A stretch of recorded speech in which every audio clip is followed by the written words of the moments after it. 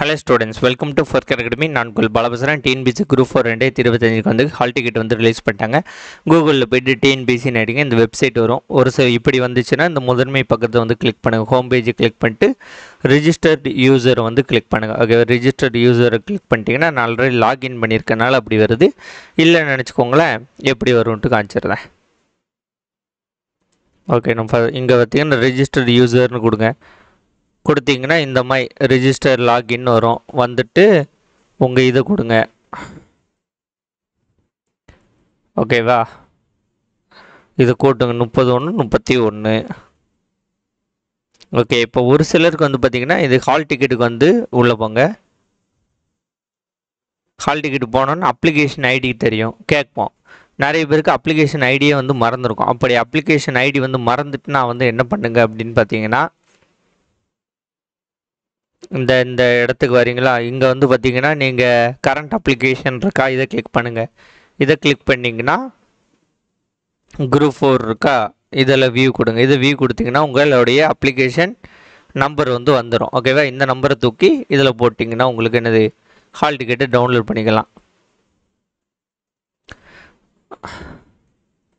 அதுக்கப்புறம் உங்களோட date of birth இயர்லாம் வந்து கொடுத்தீங்கன்னு நினச்சிக்கோங்களேன், ஹால் டிக்கெட் வந்துடும். ஓகே, இது இங்கிலீஷில் இருக்குது, தமிழில் வேணாலும் தமிழ்லேயும் வந்து பார்த்துக்கலாம்.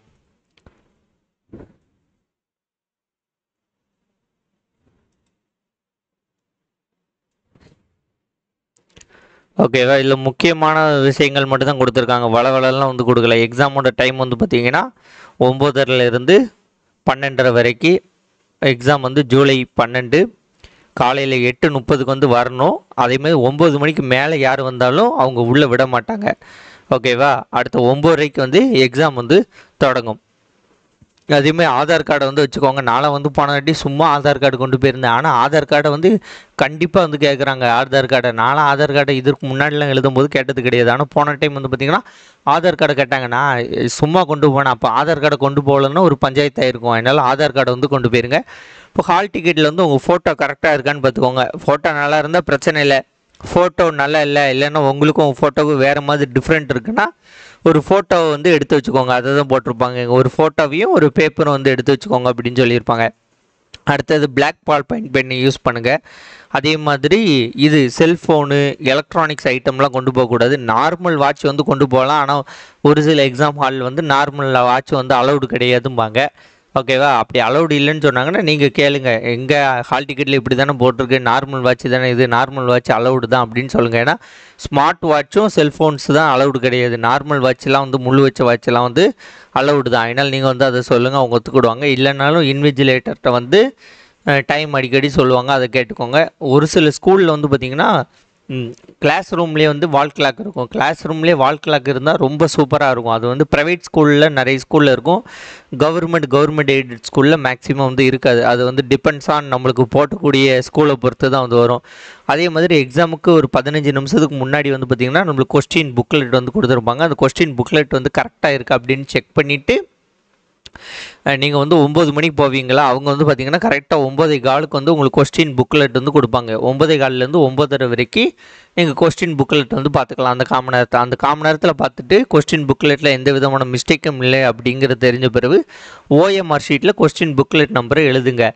ஃபஸ்ட்டு எடுத்தோடனே ஓஎம்ஆர் ஷீட்டில் வந்து கொஸ்டின் புக்லெட் நம்பர் எழுதிட்டு கொஸ்டின் புக்லெட்டில் வந்து தப்பு இருந்தால் ஒன்று வந்து பண்ண முடியாது. ஓகேவா, தப்பு இருக்காது. என்னது எல்லா பேஜும் பிரிண்ட் ஆகிருக்கா அப்படின்னு பார்க்கணும். அதெல்லாம் 99.9% எல்லா பேஜும் வந்து கரெக்டாக தான் வந்து இருக்கும். யாருக்கும் வந்து பிரிண்ட் ஆகலை, ஒரு 4 பக்கத்தை காணும் அப்படிங்கிறது மாதிரி இது வரைக்கும் சொல்லி கேள்விப்பட்டதில்லை. அதனால் அதெல்லாம் கரெக்டாக தான் இருக்கும். நீங்கள் இருந்தாலும் செக் பண்ணிக்கோங்க. அதை செக் பண்ணதுக்கு ஒரு 2 நிமிஷம் எடுத்துகிட்டு மீதி ஒரு 13 நிமிஷத்துக்கிட்ட நீங்கள் தமிழுக்கு வந்து ஸ்பெண்ட் பண்ணுங்கள். ஓகேவா, அதுக்கப்புறம் வந்து பார்த்திங்கன்னா எக்ஸாம் முடியுது வரைக்கும் எக்ஸாம் ஹாலை விட்டு வெளியே விட மாட்டாங்க. அதேமாதிரி இந்த ஹால் டிக்கெட் அப்படிங்கிறது வந்து பார்த்திங்கன்னா உங்களுக்கு எக்ஸாம் எழுதுவதற்கு தானே தவிர இது வந்து அப்பாயின்மெண்ட் அப்படின்ட்டு கிடையாதுன்னு சொல்லியிருக்காங்க. ரொம்ப ஷார்ட் அண்ட் ஸ்வீட்டாக கொடுத்துட்டாங்க. இதற்கு முன்னாடிலாம் பார்த்திங்கன்னா வளவலன்னு கொடுத்துருப்பாங்க. இத்தனை மார்க்கு போகும், அது இது ஆயா ஊயான்ட்டு இருக்கும். இப்போ கொஞ்சம் டிஎன்பிசி வந்து திருந்திட்டாங்க, கொஞ்சம் நல்லா வந்து வேலை பார்க்குறாங்க, நம்ம மனசை புரிஞ்சுக்கிட்டு செயல் பண்ணுறாங்க. முன்னாடிலாம் பார்த்திங்கன்னா ஓஎம்ஆர் ஷீட்டில் ஒரு இன்ஸ்ட்ரக்ஷன் கொடுத்துருப்பானுங்க, ஹால் டிக்கெட்டில் ஒரு இன்ஸ்ட்ரக்ஷன் கொடுத்துருப்பாங்க, பாயிண்ட் ஒன்றா தான் இருக்கும், ஆனால் அதற்கான ஆன்சர் வேறையாக இருக்கும். உதாரணத்துக்கு எப்படின்னா, நீங்கள் டபுள் ஷேடிங் பண்ணால் என்ன ஆகும் அப்படின்ட்டு ஓஎம்ஆர் ஷீட்டில் ஒன்று கொடுத்துருப்பான். அதே இது வந்து பார்த்திங்கன்னா ஹால் டிக்கெட்டில் ஒன்று கொடுத்துருப்பான். ஒரு கொஸ்டினுக்கு ராங்காக மார்க் அதேமாதிரி கேல்குலேஷனில் தப்பாயிட்டுன்னா என்ன பண்ணுவீங்கன்ட்டு ஓஎம்ஆரில் ஒன்று கொடுத்துருப்பான், இதில் ஒன்று கொடுத்துருப்பான். அது ரொம்ப கன்ஃபியூஷன்ஸ் இருந்துச்சு. இப்போ பரவாயில்ல, ஷார்ட் அண்ட் ஸ்வீட்டாக நீட்டாக வந்து கொடுத்து முடிச்சுட்டாங்க. நீங்கள் என்ன கொண்டு போகணும் எக்ஸாம் காலுக்கு? பிளாக் பால் பாயிண்ட் பென்னு 2 வச்சுக்கோங்க. 2 பிளாக் பால் பாயிண்ட் பென்னு, ஒரு நார்மல் வாட்ச் வந்து கட்டிக்கோங்க. தண்ணி பாட்டில் கொண்டு போங்க. அவங்க விட்டா வந்து வச்சுக்கோங்க, இல்லைன்னா விடுங்க. ஓகேவா? அந்த மாதிரி ஒரு சில விஷயங்கள் தான், மற்றபடி ஒன்றும் தேவை கிடையாது. பேனா இருந்தால் போதும். பேனாவும் வாட்ச் இருந்தால் எக்ஸாம் எழுதிட்டு வந்துடலாம். ஹால் டிக்கெட்டு கொண்டு போங்க, மறந்துடாதீங்க. சரியா? தேங்க்யூ. வேறு ஒரு வீடியோன்னு சந்திப்போம். நன்றி, வணக்கம், பாய்.